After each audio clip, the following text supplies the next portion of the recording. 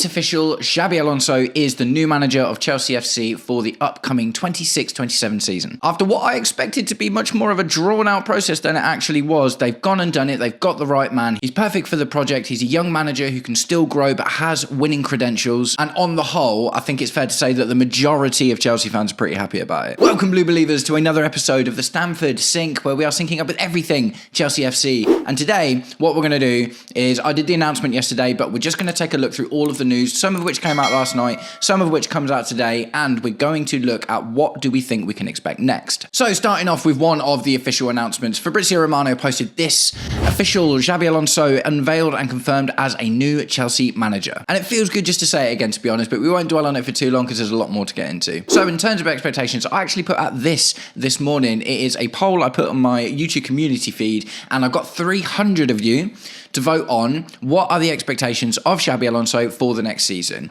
Title challenge, top four in a trophy, or it doesn't matter, just let him cook. So the results are as follows. Of everyone who voted on my community post, 24% of you expect him to go for a title challenge, 42% of you expect top four and a trophy, which is the category I would also have fallen in if I was able to vote on my own post, which I can't. And 34% of you, I found this interesting, said doesn't matter, let him cook. So a reasonable amount of Chelsea fans based on this 300-person vote, which is obviously a very small section of the community, of course, but it just shows that there are some people that are expecting huge things from Xabi Alonso next season.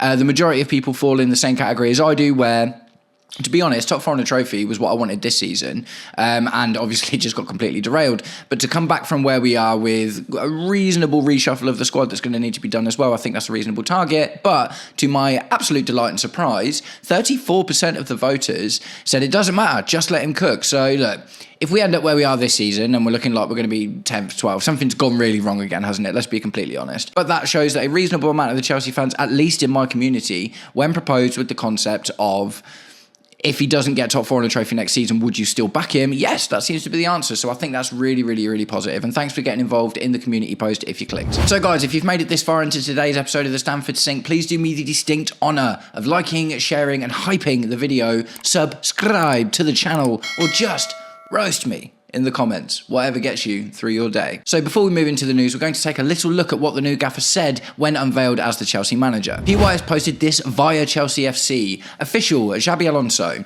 Chelsea is one of the biggest clubs in world football, and it fills me with immense pride to become the manager of this great club. From my conversations with the ownership group and sporting leadership, it is clear we have the same ambition. We want to build a team capable of competing consistently at the highest level and fighting for trophies. There is great talent in the squad and huge potential at this football club, and it will be my great honour to lead it. Now the focus is on hard work, building the right culture and winning trophies. It's all so nice, isn't it? It's all so nice just to hear what we've been echoing for what feels like a really long time now, where the Blueco model seemed like winning wasn't really at the forefront. And at the end of the day, look, they want to win. Of course they do. The issue hasn't been whether they want to win or not. It's been whether they've been able to put their hubris and their own ideals in front of what we need to win right now, and they've just convinced themselves that what they were doing would win in the future. But there's loads of really good stuff in here. It's a really short piece. We're going to hear a lot more from him over the season. But he's obviously spent a reasonable amount of time negotiating and talking with the ownership, and if he was going into this feeling he wasn't going to get the control that he wanted, or they didn't seem particularly concerned about winning trophies, because as a manager, that's what he wants to do. He wants to add to his trophy cabinet. We're not talking about Liam Rosenior or, at the time, an Enzo Maresca who had a championship under his belt or a reasonably good couple of seasons in the French league. We're talking about a guy who's literally done an invincible double and managed Real Madrid. He wants to add to his trophy cabinet. He wants to add to his prestige, and he wants to build his own career as much as anything. Xabi Alonso is not proper Chelsea when it comes down to it, is he? He was a Liverpool player, and Liverpool fans will be hurting from this announcement for sure, but they're sticking with Arne Slot. That is what it is. But at the end of the day, I do not think he would even have taken this job if he didn't have certainties and guarantees that he was going to be able to run the squad the way he wants. And there is great talent in the squad. We've got such an excellent core crop of players that on their best day are well beaters. Moises Caicedo, Marco Correa, Enzo Fernandez, João Pedro, it's Cole Palmer. Like that is such an amazing core of, you know, if you can get all of these guys to their best, which Xabi Alonso obviously backs himself to do, then he's got some really, really good stuff to work with, right? And there is some surgery needed in the squad. It will be interesting to see what he thinks that is. But just for a starting statement, I think this is great. Let me know what you think about Xabi's first words as the Chelsea manager in the comments. So PYS posted this via Kieran McGill and Bobby Vincent. Xabi Alonso to start work as new Chelsea manager on July 1st.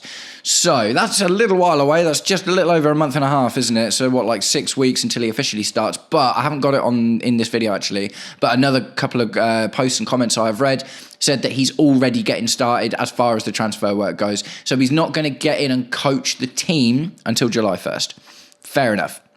You know, but what he is going to do is be working behind the scenes in order to try and get the players that we need. And there's going to be a lot of players that are going to be really interested, even though we're not going to have Champions League. Xabi Alonso is his own pull at the end of the day. So that's going to be really interesting to see how much influence he's going to get to have on the team. And I would imagine it will be significant. It's not going to be total. The sporting directors are still going to want to go out there and find the next Esteval Willian, right? They're going to want to find the next Moises Caicedo. They're going to want to find the next Cole Palmer, because that's kind of their whole remit. They still are going to want to buy young players for the long term, but Xabi Alonso is going to be able to influence who comes into the team in the short term, and I think that's great. So with a little bit more on that, PYS posted this via Kave Solokol of Sky Sports News. Chelsea will play different formations under Alonso. They expect to sign 3 to 4 players this summer. Chelsea gave Alonso the title of manager because they were impressed with his leadership qualities. Senior Real Madrid figures also gave glowing references. Andoni Iraola also made a real impact and was impressive in conversations. So a couple of things to pick apart here. We'll play different formations under Alonso. That kind of has been his remit already, because what I've been talking about a lot in my videos recently is the 3 at the back, right? The 3 at the end, you know, we've been seeing it at Chelsea a lot as well to see if we've got the players to fit it. Obviously, Callum McFarlane's, you know, against Liverpool, Man City has played us at 3 at the back. It does seem to be his most successful formation so far, but at the end of the day, the thing about Xabi Alonso, someone said this in my comments and I absolutely loved it, he seems to be more principles first and to make the formation fit his principles, right? So if the players that we've got and the players that he wants to buy in aren't necessarily for a 3 at the back, we won't go for a 3 at the back, but it will always be an option. That's one thing I like about him, tactical versatility. I think that's really interesting. Also, the next thing, they expect to sign 3 to 4 players this summer.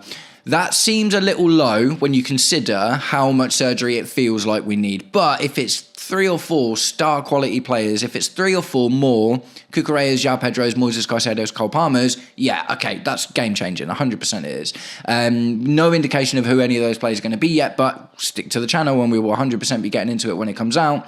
But either way, 3 or 4 players sounds a little bit low, especially when I think we need to sell a lot more than 3 or 4 players. So it's going to be interesting to see how it pans out. And ultimately, if the right opportunity arises and we've sold enough players and we can afford it, then we'll probably go in for it. So, but 3 to 4 seems like a reasonable amount if they all walk into the first team. That's the really important thing here. Because if we get 3 or 4 players that walk into our first team, that strengthens our bench by 3 or 4 players of the quality that we've already got in the first team. And that's kind of what we need to start seeing, isn't it? So the manager thing I think is interesting. I think, I was talking with Kai last night on a live stream with Mo from the Blue Lounge, and it's kind of here nor there. Like, I do love it. I love the fact that we've got a manager now, and in itself it indicates that he's going to have more control of the squad. But the truth of the fact is, I don't know if there is actually a tangible difference in what it means to be a manager and what it means to be a head coach, like, lawfully in football. Do you know what I mean? Like, it's all fine and good saying, you know, Pep Guardiola is a head coach and this guy's a manager, but are these things actually, like, when you're given that job title, like if you're given the job title of a CEO, that means something. If you're given the job title of a director, that means something. Do you know what I mean? You can't just throw these kind of things around. They specifically pertain to certain elements of the job that need to be done, and that's just accepted across business in general, right?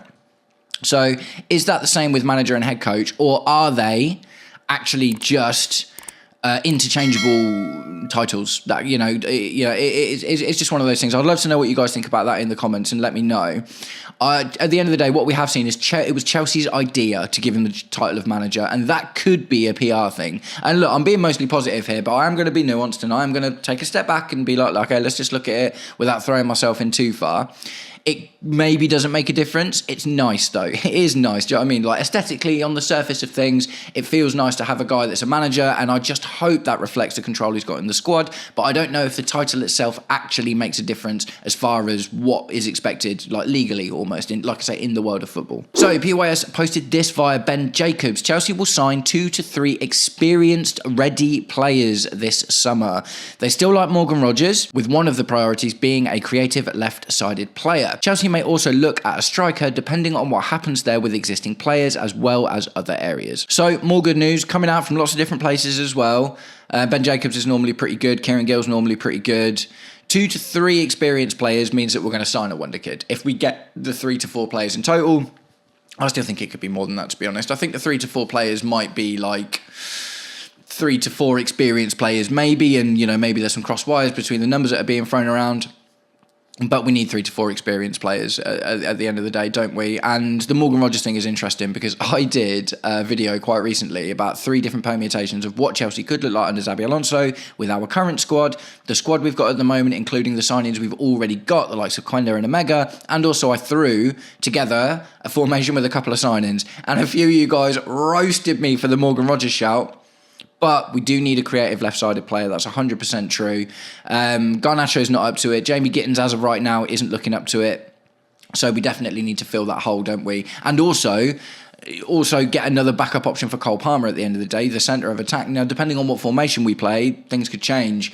But I 100% agree we need a good left-sided player. And if that is one of the 2 to 3 experienced players that we get, cool, I'm here for it. The striker stuff, interesting. Strikers, really crazy situation at Chelsea at the moment because you think about who we've got on the books. João Pedro, obviously number 1 guy. Mark Gu, Liam Delap. Liam Delap, I think probably will get moved on. I'd be surprised if Xabi Alonso comes in and says, I can make this guy the guy. And people will come in for Liam Delap at the end of the day because he's still very young. And when he's played a certain type of way, he can do really well.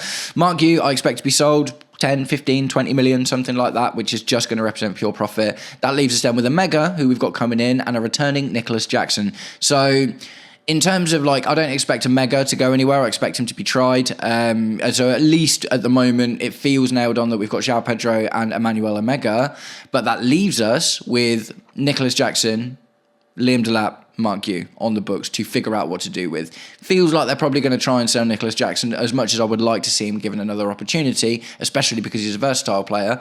But we could be in for another striker this summer as well. Let me know what you think about that in the comments. And if we did go in for a striker, who would you want to see? BYS also posted this via the Guardian Sport. After years of buying young talent, Chelsea will focus on signing at least 2 experienced players this summer. So look, we're getting multiple different, versions of the same story essentially, but everyone is saying the same thing. We're really, really pushing the message, and it's going to be Xabi Alonso's message as well. Xabi Alonso won't have come in and been like, buy me a load more 19-year-olds, it'll all be fine. Look at Granit Xhaka in his midfield at Bayer Leverkusen. Do you know what I mean? It was so important to have that experienced general in that midfield. We're going to need more of that. We're definitely going to need more of that. At the moment, our oldest player is Tosin Adarabioyo. Don't expect him to stay, to be completely honest.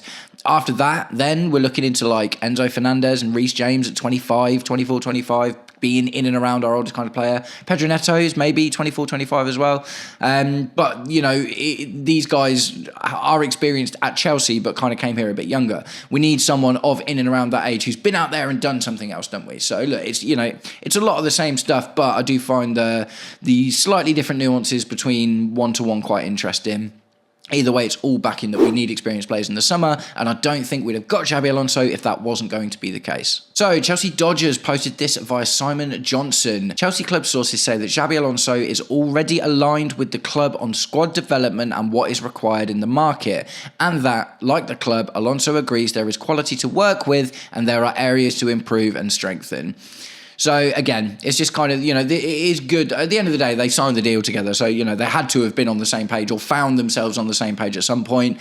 There are holes in the squad. Left wing, massive hole in the squad at the moment. Centre-back feels like a hole in the squad at the moment, albeit Trevor Chalobah has done pretty well, although he's not been playing much recently. Wesley Fofana maybe still has attitude problems. There was something about the FA Cup where he tried to walk away when City were being given their trophies and stuff, and Cole Palmer pulled him back in and made him watch it, and it's all just a little bit like, oh, he has been kind of okay, but, interesting there. Goalkeeper feels like something we really, really, really need to talk about as well. Midfield, if we keep Enzo Fernandez, maybe we don't need to do too much with the midfield, but there are certainly holes. And you know what's starting to feel like a hole? Right back / right wing back, depending whatever that role is, because we only have Malo Gusto there. All of a sudden, in the last few months, right wing back has turned into a gaping hole, because it feels like Reece James is probably going to spend more time playing in midfield, doesn't it? Let's be completely honest. So I'm not convinced that Reece James is just going to transition back into a right wing back based on his injuries and stuff. So again, another big hole it looks like we've got is right back / right wing back. I'm not convinced Malo Gusto is good enough long term. Maybe good as a backup, still very young, still has room to develop, but we need someone to come in with a little bit more about him in that spot too. PY has posted this via Kieran Gill. The initial idea, according to one insider, is to seriously challenge for the Premier League title within 3 seasons, if not sooner. So that seems reasonable, to be fair. He's got a 4-year deal, 3 seasons. It seems quite a lot when you think about it. But also, like, next season, as I mentioned with that the community post I did earlier, next season needs to just be about getting back into the Champions League, as we did with Maresca when Maresca took over. But I think that Xabi Alonso is probably going to do better than Maresca did. Just got that feeling, that feeling. So you would hope that we get back into the Champions League next season. That nets us Champions League money. That lets us go out and buy some really big players. And then maybe we're in a position to challenge if we've managed to keep the core of our squad developing, the likes of Levi Colwill, Cole Palmer, Moises Caicedo, Cucurella, Enzo Fernandez, Reece James. If all of these guys just go from strength to strength and we get back into the Champions League next season, 2 seasons is maybe not crazy either. But either way, it's just good to see this coming out, that there is some sort of idea around the conversations. We want you to challenge for a title in the next 3 seasons. Now, this would be more PR-like, I think, if they'd have been like, 2 seasons, we want you to challenge in the next 2 seasons. But 3 seasons does seem a little bit reasonable. They want him to come here and win something. They're not just bringing him in as a transitional manager to get us over this hump. They want him to come in, build the squad, and win something. PY has posted this via The Guardian Sport. Thought this one was funny. Xabi Alonso told Chelsea he wants to sign and create mentality monsters. Chelsea loved it. Who was it that said that? The mentality monster thing. Where did that come from? It was like a Jurgen Klopp thing, I think. I can't remember. Was it Troy Deeney? Troy Deeney and Jurgen Klopp had like a bit of a falling out or something about mentality monsters, like it was funny. But the sentiment is correct, isn't it? Because what we are lacking at the moment is strong figures. Do you know one of the reasons we've looked so much better in the last couple of games is because Levi Colwill's back. Levi Colwill is easily the best leadership character we have in the squad. Bar none, I think, basically. Reece James is a good captain and he's getting better at that role, but it's not natural to him. It's something that he's had to learn and develop. Enzo Fernandez has proven himself to be a little bit too performative, I think, to be honest, to be able to call it like a natural thing. But with Levi Colwill, he's just got it. He's, I saw him yesterday in the FA Cup final, when corners are being taken, like he's getting his arm around people and he's like, and he's saying, let's do this, let's do that. And he's shouting and he's pointing. And Levi Colwill is definitely, I would argue, the biggest mentality monster we've got in the squad so far. We need more of that. The worst we've got of that is like Robert Sanchez, right? And we can talk about Robert Sanchez's technical shot stopping ability all day, absolutely. On his best day, brilliant. But his mentality is not strong enough because he folds so often, being asked to do anything different by his manager, and he just completely folds. And he's done that 3 seasons in a row at Chelsea, and he's been dropped 3 times. So your goalkeeper needs to be the biggest mentality monster in your squad, because I remember reading an amazing interview with Gianluigi Buffon years ago, and he said your goalkeeper needs to be an egotistical maniac because he genuinely needs to believe he's never going to concede. Confidence is so important. Look at the best keepers that we've had: Petr Cech, Thibaut Courtois. These guys were mentality monsters. Say what you want about Thibaut Courtois being a snake in that, but he backs himself, he believes in himself, and you need that from your goalkeeper. So whoever the next goalkeeper is going to be, they have to believe in themselves, and that is going to make the absolute massive difference when it comes to having a goalkeeper throughout an entire season. So I value the mentality monsters thing. I think we need that, and I like the fact that he's not just saying I want to bring him in. He says he wants to create them as well. So he wants to unlock this in people, which I imagine is probably there for a lot of people. Willius has done a reasonable job, the rugby guy that got brought in. But it's better when it's coming from your manager, isn't it? So PY has posted this via Bobby Vincent. Chelsea believe they have learned their lessons from this season. Alonso believes Chelsea ready to compete if some areas in the squad are strengthened in the transfer market. This is one of those things that it's great to read, but we will see it in actions. That's kind of the issue we've got now. Like, a lot of the PR that's been coming out about changing the model has been going on for a little while now, but it was a little bit too late because things had already fallen in the mud, right? When they got Rosinia, or before Enzo Maresca left, this is when we really should have been starting to see this sort of thing. We've learned our lessons. We're looking at changing the model. We want to put winning first. Like, this stuff should have been coming out when stuff started going wrong under Maresca. But that's not what happened, and we are where we are, and it's not great. So the thing about this stuff is, like, I do believe it. I do believe that they are trying to change at the end of the day, and all signs point to it. Hiring Xabi Alonso is that big sign. But at the same time, we need to see it in the transfer market now, don't we? We need to see a couple of players come in that are experienced, not necessarily winners. It doesn't even have to be winners, right? It just needs to be experienced players who have been around the game at a high level and have strong mentality. Xabi Alonso will only function well if he has players like that in a squad. I 100% believe that. He had it at Leverkusen. One of the reasons he struggled at Real Madrid is because the large amount of slightly young and prima donna players that were in the squad. And you've only got to look at what's been going on recently at Real Madrid to see that exact problem that Xabi Alonso couldn't fix has just exploded. We don't have... we've got egos in the squad, but nowhere near the likes of Real Madrid with, like, you know, Vinicius Jr. and Mbappe and stuff, like, nowhere near. So it's maybe not quite as much of an uphill struggle at the end of the day. But just seeing this and that they believe they've learned their lessons and stuff, like I say, it's good to see. But at the end of the day, there needs to be action now, 100%. You can say all you want, and they will say all they want. They're going to keep on pushing the message, of course they are. But they won't really win the majority of fans back round until we see that first signing through the door and it feels like a Xabi Alonso signing. And that's it. That's all of the stuff about Xabi Alonso. But I'm just going to add this one little thing at the end that I thought was quite interesting. Chelsea Dodgers posted this via Simon Johnson. Mike Penders is in contention to replace Rob Sanchez to become the new number one after impressing on loan at Strasbourg. This has been a contentious topic of hot debate for a little while now, and it is a really weird one because Mike Penders, given the choice going into next season, if we had to choose between Mike Penders, Robert Sanchez and Philip Jorgensen, I'd go with Penders at this point because, like I say, Philip Jorgensen needs that Penders-style loan at Strasbourg in order to get up to his next level, whatever that is. Robert Sanchez, I've said it a million times, he's proven time and time again that he can't get for an entire season without throwing a wobbly, and he's not that mentality monster. Mike Penders has been the first-team goalkeeper at Strasbourg for an entire season. He's not getting dropped for poor performances. They're not absolutely smashing it and challenging for titles or anything, but he's being relied on time and time again. His shot stopping is getting better. He's good with the ball at his feet, which probably will play into the way that Xabi Alonso wants to play as well. Do I love the idea of Penders going in directly to be our first choice goalkeeper next season? I'm a little bit worried about it because although his shot stopping has improved, he's nowhere near as good as Robert Sanchez is. Now, and this is the problem, right? It's like, you know, the balance of it. Would I rather ultimately less shot stopping ability in general, but a much more confident keeper in Mike Penders, or better shot stopping ability, but the also ability to break down in the middle of a game and throw the ball in the back of your own net and make a silly mistake a la Robert Sanchez? I'd take Penders at this point, to be honest. So I'd really like to know what you guys think about that one in the comments as well. Mike Penders, is he ready to come in and be our first team goalkeeper, or do we need to look for someone else? And that's it, guys. I'm going to start wrapping the video up there. There is so much crazy news in here. I cannot believe that this has happened so quickly, but I'm absolutely buzzing about it. As a Chelsea fan, losing the FA Cup was savage, but that news coming out straight after, my head was already out of this season, to be honest. Since that 5-6 run of games where Liam Rosenior's Chelsea was just getting pasted, punched, battered around, absolutely made a fool of time and time again. 3-0s all over the place, constantly conceded, loads of goals, absolutely ridiculous, breaking a very unwanted records. My head's already been like, well, this season's over, so I'm just looking forward to next season.